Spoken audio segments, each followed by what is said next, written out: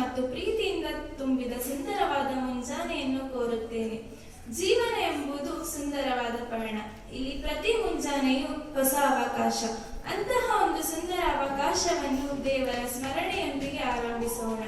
ದೀಪದ ಬೆಳಕು ಕತ್ತಲನ್ನು ದೂರ ಮಾಡುವಂತೆ ಪ್ರಾರ್ಥನೆಯು ಮನದ ಅಜ್ಞಾನವನ್ನು ದೂರ ಮಾಡುತ್ತದೆ.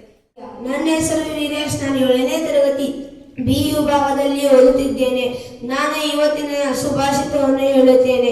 ಆತ್ಮವಿಶ್ವಾಸವೇ ಯಶಸ್ಸಿನ ಮೊದಲ ಹೆಜ್ಜೆ. ಮತ್ತೊಮ್ಮೆ ಹೇಳುತ್ತೇನೆ, ಆತ್ಮವಿಶ್ವಾಸವೇ ಯಶಸ್ಸಿನ ಮೊದಲ ಹೆಜ್ಜೆ. ಧನ್ಯವಾದಗಳು. ನಾನು 7ನೇ ತರಗತಿ ಬಿ ವಿಭಾಗದಲ್ಲಿ ಓದುತ್ತಿದ್ದೇನೆ. ಇಂದಿನ ಪದ ದೃಢತೆ. ಅರ್ಥ: ಕಷ್ಟಕ್ಕೂ ಹಿಂಜರಿಯದೆ ಮುಂದುವರಿಯುವ ಶಕ್ತಿ. ಉದಾಹರಣೆ ವಾಕ್ಯ: ದೃಢತೆ ಇದ್ದರೆ ಯಾವ ಗುರಿಯನ್ನಾದರೂ ಸಾಧಿಸಬಹುದು. ಮುಂಜಾನೆ. ನನ್ನ ಹೆಸರು ಸಾಧನ. ನಾನು 7ನೇ ತರಗತಿ ಬಿ ವಿಭಾಗದಲ್ಲಿ ಓದುತ್ತಿದ್ದೇನೆ. ಇಂದು ನಾನು ಕನ್ನಡದ ಸ್ವರಗಳಿಂದ ಪ್ರಾರಂಭವಾಗುವ ಗಾದೆ ಮಾತುಗಳನ್ನು ಹೇಳುತ್ತೇನೆ. ಅತಿ ಆಸೆ ಗತಿಗೇಡು. ಆರೋಗ್ಯವೇ ಭಾಗ್ಯ. ಇಬ್ಬರ ಜಗಳ ಮೂರನೆಯವರಿಗೆ ಲಾಭ. ಈಸಬೇಕು ಇದ್ದು ಜಯಿಸಬೇಕು. ಉಪ್ಪಿಗಿಂತ ರುಚಿ ಇಲ್ಲ, ತಾಯಿಗಿಂತ ಬಂಧುವಿಲ್ಲ. ಊರಿಗೆ ಉಪಕಾರಿ, ಮನೆಗೆ ಮಾರಿ. ಋಷಿ ವಾಕ್ಯ, ವೇದ ವಾಕ್ಯ.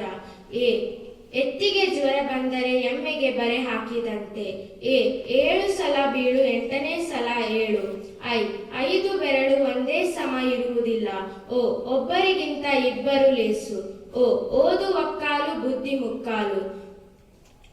ಔಷಧಿಯೇ ಮದ್ದಲ್ಲ. ಅಂಗೈ ಹುಣ್ಣಿಗೆ ಕನ್ನಡಿ ಬೇಕೆ. ಧನ್ಯವಾದಗಳು.